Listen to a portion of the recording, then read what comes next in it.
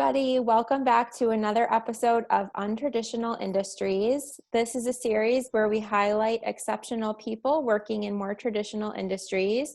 So today we have Rahul here from Covered by Sage, and he's going to talk to us about what the insurance industry is like, how he got started, and advice he has for people who are working in his industry. So Rahul, thank you so much for joining us today. If you just want to start off telling us a little bit about yourself and how you got started at Covered by Sage. Thanks, Emily. Thanks, Caitlin. Thanks for the opportunity to have me here. It is an honor. I've been in the BPO industry or the ITS industry for about 23 years now. I've more or less been with process startups, and that's always excited me to be the first few members of the team because you get to learn so much, you get to do so much.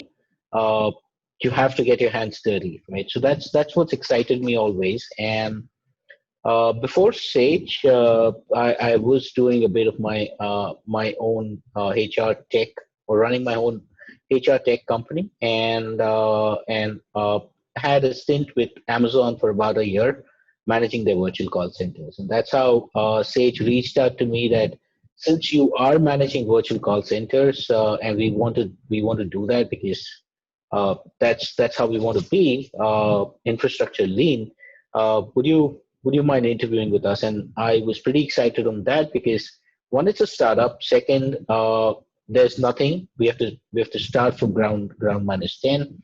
So that was more interesting than working with an organization which has all processes and procedures set, and you have to follow them to the T. So here we have to do everything ourselves. So that's how I got into Sage. It's been an exciting 4.5 months with the organization. To be very frank, I don't belong to the insurance sector. I've been in technology. I've been in finance. I've been in customer support and collections.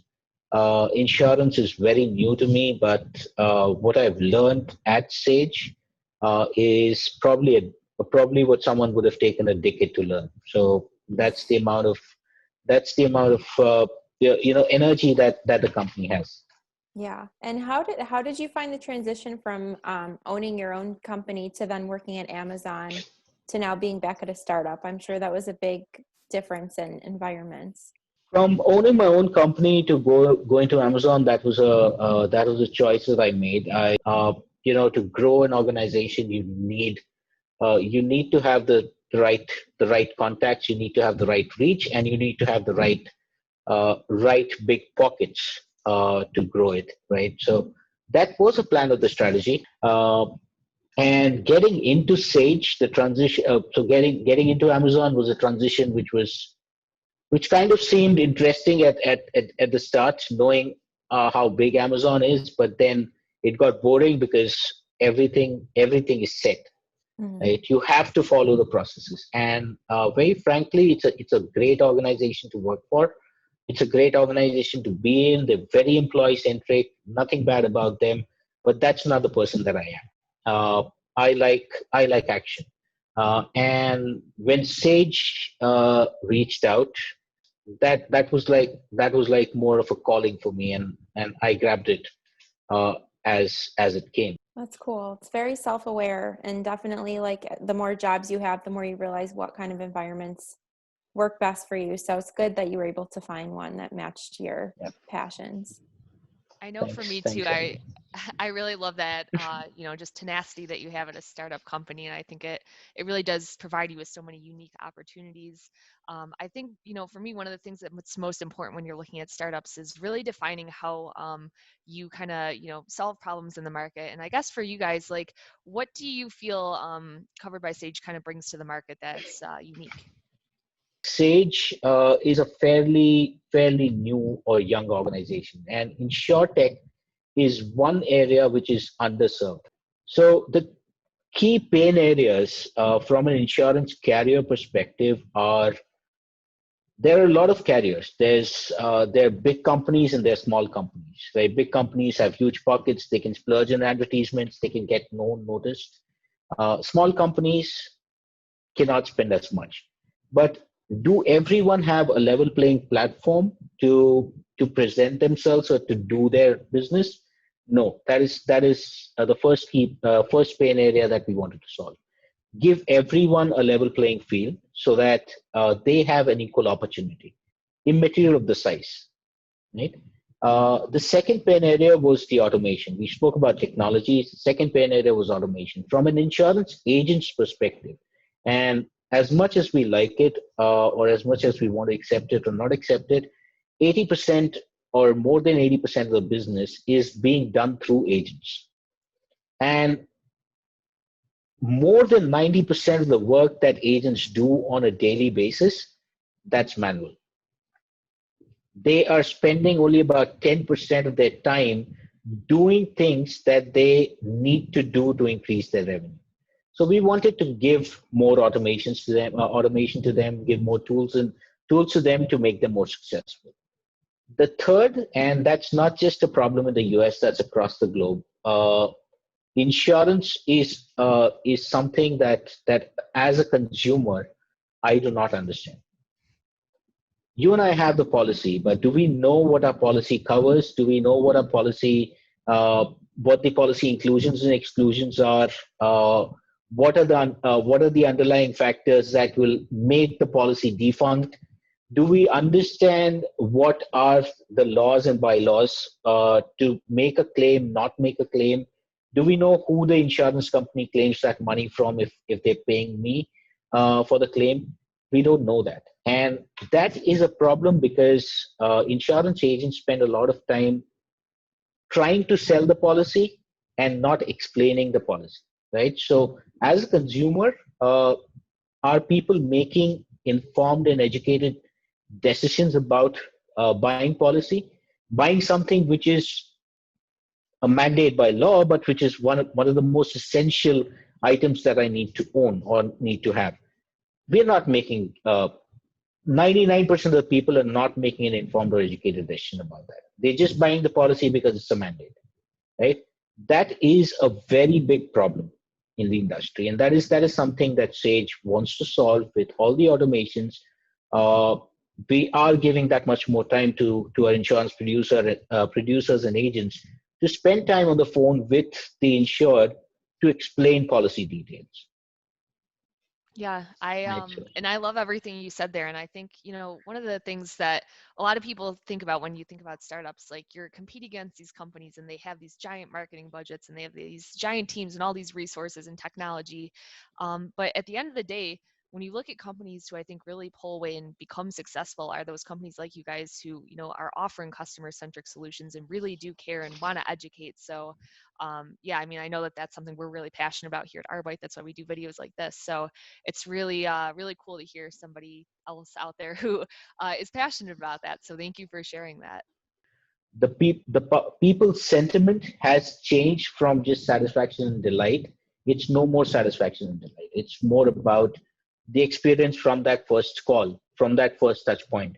I may choose not to be a customer with Sage, but then because of the experience that Sage has given me, I will still recommend 10 other people to go and do business with Sage because I had my my limitations, but you're looking for it, you should definitely do business with them. They're good, right? So that's the idea. Yeah. And it's not Sage. It's about anyone. I think it's about customer experience. It's no more about satisfaction and delight. People don't care. That's satisfaction is momentous. It's like having an ice cream. I love that ice cream. I enjoy it. I'm satisfied. 2 hours later, do I even remember what that ice cream was? Probably not. That's what satisfaction is. Right? Yeah. Do you think transparency plays a role in that as well? From Absolutely. businesses? Absolutely. And unless you're transparent, you're not providing positive customer experience. Mm-hmm. And being transparent right from the word go, right from the minute you start or initiate a conversation with the customer, that's what's necessary. Yeah. Now we are very honest in telling that we're not an insurance company. We are an insurance aggregator. Uh, in all a sense, we are an insurance brokerage, but we are a tech enabled brokerage, and we can provide you solutions that can help you make save time, money, and get you the best insurance policy. Right? So are we selling alike? No, we're not.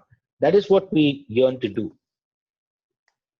Yeah, and I think, you know, obviously we work in the debt collection industry, and I think insurance in some ways is another one of those industries where people don't always, you know, think of people in insurance as the most trustworthy, or, you know, the go-to person that they want to call up and talk to all day. But I think, you know, kind of you guys really having that mission to be transparent and be good guys is it really is something that will change the industry over time. So that's awesome. Yep. Yeah, and maybe along the same lines of that, becoming that more transparent presence in your industry, were there any risks associated with that, or do you feel like there's risks associated with breaking into the insurance aggregation like field? No business is risk free.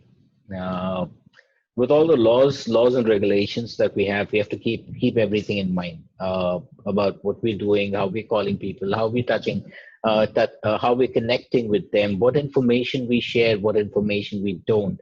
Uh, so we definitely have to ensure that we follow all the rules and regulations that are laid out for the industry, for connecting with people, and the information that we share with people.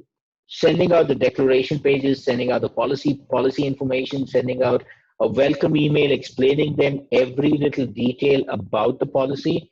That's a very big thing for us, and that ensures that we're more transparent. That also ensures, in a way, that also ensures that we're abiding by law. Yeah, and I'm sure documentation is probably one of those things that it's a big hurdle to really, you know, do it in a great way.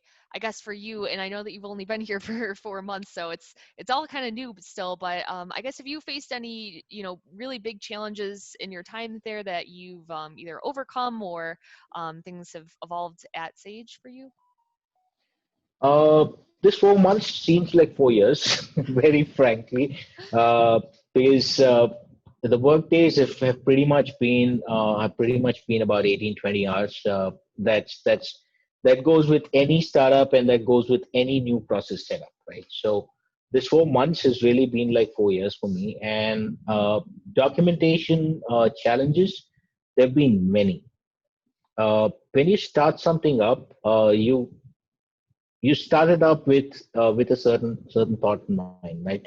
Like when we started the call center, or the calling process, or the customer outreach, I wouldn't call it a call center. I think it's a customer outreach. When we started the customer outreach, uh, we had a certain concept in mind, that we're doing this internally so that we can understand the customer sentiment, and we can understand how our tools and technology is working. That would be a first-hand input for my technology team, that something's breaking, you need to fix that, or this can be improved, so go ahead and fix that. Eventually, it turned out that if I so the first month we realized that if I do it right, that means I am signing up my agents, the independent agents that are signing up with Sage. I can influence their success, which means I can give them more work, I can give them more business, and make them feel more successful. Uh, are we the best? That's a question that I keep asking myself every day. Uh, no, we aren't. We are not where we're supposed to be. We will get there.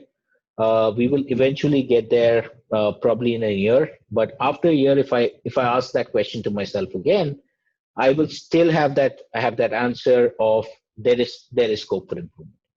So if someone thinks they're perfect, that's a myth. That's the biggest myth that person has. So processes, documentations, quality procedures, SOPs, customers' demands, business demands, they change at the click of a finger, and we need to realize that in the industry that we are. Yeah, Yeah, for sure. I think in a lot of, I mean, most industries that target is always moving, Yeah. and you never really reach the end. But in the same kind of on this subject, I know you said success is providing more work for your agents, but is there any other definition you have for success, or maybe how the company sees success? Uh, I'm glad to be at Sage, and I'm glad to be working with people who have the same definition for success. There's no shortcut to success. Uh, it is a combination of smart work and hard work. There are a lot of people who say smart work will achieve better success, but I deny that. Unless you're putting in the effort, unless you're making the effort yourself, you cannot be successful. And that's very true with. I'm sure you being startups, you agree to that as well. Unless we fold our sleeves up, we get our hands dirty, we're not going to see success. We cannot You cannot just say that, okay, I have technology behind me, I'm providing a new solution, I'm trying to make life easy, that is going to make me successful. No, that's not going to make me successful. I have to work hard towards it. I have to explain this technology to people. uh, we have to work towards getting people adapted to this new style of working, right? So unless I put in that effort, it's not getting me success. And smart work has gone into the technology, but hard work starts after that technology is built, and it's still there. So there's no shortcut to success. And I think not just me, everyone at Sage, everyone at the management at Sage believes that uh, you can be smart, but you have to work hard to achieve your goal. yeah. I love what you said there about, there is no shortcut to success. And I think a lot of times, Absolutely. you'll hear people say, oh, work smarter, not harder. And I think really a lot of times it comes down to both. You have to work smarter and you have to work harder. Kind Yeah. of going off of that, I know you've mentioned, it's like you've been here for 4 years and you've done all this work. I guess for you, are there, either roadblocks or mistakes that you've kind of encountered along the way that you think you could pass along to somebody else who might be entering a startup that might save them from going through that 4-year feeling long process? Well, I would say I commit mistakes every day. That happens every day, and that's something that's unavoidable. Uh, but what's important for people to realize is that the mistakes that you do, own them up with pride, with your chin up. Tell I've done this mistake, learn out of that, and move ahead. Learn from that mistake, and ensure you don't repeat it. Right. I always say this one thing about mistakes. Right. You commit mistake once, you are a novice. You commit the same mistake twice, you're trying to be naughty. You commit it multiple times, you're a devil. Right. You're not supposed to be here. So that's what my thought is about mistakes. We make mistakes every day during the course of business, and in a startup that is going to happen. We are in an environment which is ever changing, which is the most demanding. We're trying to make a space for ourselves in an industry which is set, in an industry which has the biggest of the players. You're trying to put your foot into that industry. You will make mistakes. Don't shy away from that. Don't fear. I think the biggest problem is people take a step back. What if I make a mistake? That step back is actually not just one step back, is actually putting you like 100 steps back. It's actually signing you up for failure. To be successful, you have to commit mistakes, but ensure you learn from them and don't repeat them, and improvise. Commit mistakes, learn from it, improvise on that, move ahead. That is what will get you 2 steps ahead versus 1 step back. Yeah. That's it. Own it Yeah. up, move ahead. Yeah, I love the saying perfectionism is the enemy of progress, because it's easy for me to get really caught up in wanting everything that I do to be perfect, but it usually slows things down and, like you said, that's how you learn. So it's good advice. Absolutely. There's nothing perfect. Yeah. Nothing is perfect. Yeah. And Yeah. I follow a lot of the big authors, a lot of big businessmen. You look at anyone's life, and all of them will have the same advice. You take the biggest of the companies that was almost on the brink of bankruptcy. They had to get back their founder to get to bring the company back up. Was that not a failure? Hmm. Right? Everyone has those failures. But Yeah. being scared of them, that's signing up for a bigger failure. Yeah, for sure. Okay, so we're kind of going to switch gears now. Can you share Mhm. with us how most of your customers find you? Uh, so from a Sage perspective, I think very frankly, the amount of business that we've done in the past 4 months, and considering the team has been, everyone in the team is new. At least the outreach, the people who are doing the outreach, they all new. They don't come from the industry, from the insurance industry. Uh, for them, the first thought was, will I be able to do these calls? Will I be able to convince customers to do business with us? And when we started doing that, the first, uh, the first kill for a lion is always the best kill, and that makes him more rigorous. That's what happened. I think the first customer that we got, that my team got, they were so excited, and after that, there was no looking back. But from a customer,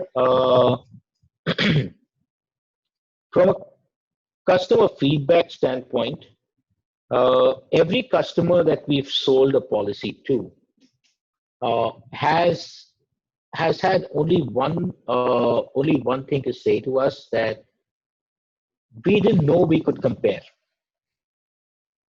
We didn't know there was a possibility for us to look at so many options. Hmm. Right?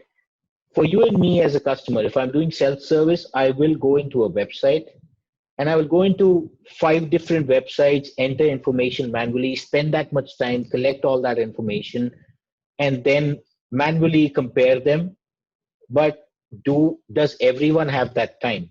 Right? Unless I'm really jobless, I wouldn't be doing that, right? So for me as a person, for you as an individual, I think what we do is, well, let me think of a company ABC. Let me go into the website, let me enter the details, let's get that policy and get done with it. And we were just talking about, Caitlin and I were just talking about how insurance uh, is the most essential commodity, but it's become a piece which people take because it's a mandate, not because they think it to be the most essential commodity in life. Right? So when we do that to customers, when we offer those solutions to customers, the only feedback that we often get, and people who've bought the policy, is, I'm surprised that we can get so many options. There are so many companies available, and the price could have been so lower, so much lesser. We've had customers who are paying like $10,000, $12,000 for a policy. The difference when they did business with Sage, we've been able to save them, or get them the same policies for less than half the price. So there is saving. There's definitely saving in time and money. There's understanding of the policy, and that's what customers like about Sage and doing business with us. Uh, does that mean we don't have unhappy customers? We do. And are we working towards it? We definitely are. We definitely are working towards how we can solve every little problem that we have.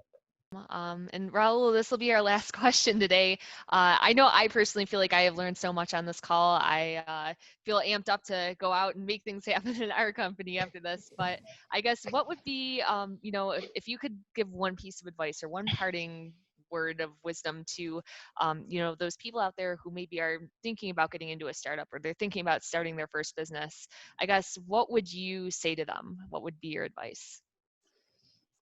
See, I've been on both sides of the table. On both sides of the table, I've done a startup business, a successful startup business myself, and now I'm part of a startup as an employee. I think the most important point is the idea that you have. Is that a game changer? Right? Don't just get into a startup because, and we've seen that more often, right? We've seen that a lot over the over the past 5 years. People think startup is big business, is big money, is easy money. No, it's not. Startup is a big disaster if you don't have the right idea, if you're not solving a problem in that is existing, right? So think, and that's why Sage is successful. That's why my HR tech was successful as well. That we were trying to solve a particular, even if that is one pain area in that industry. Pick that pain area and try to solve that. When you try to solve one, you will find plenty more. But try and pick a pain area that you want to solve. People try and set a startup company because, oh, I want to get uh, into aviation. I've seen a lot of aviation startups. I've seen a lot of fintech startups. I want to get into fintech. I want to get into. There've been a lot of insurtech companies that have come and fizzled out as well, right? But were they addressing a pain area, or were they trying to make business easy with technology? Startup is not about making business easy with technology. Startup is about solving a problem in the industry, right? So the first advice is have that, identify that area, that pain area that you want to solve. Second, if you're getting into it, get into it with full conviction and uh, with your own backing. For the first 1 year, no one's going to believe you. It is a difficult journey.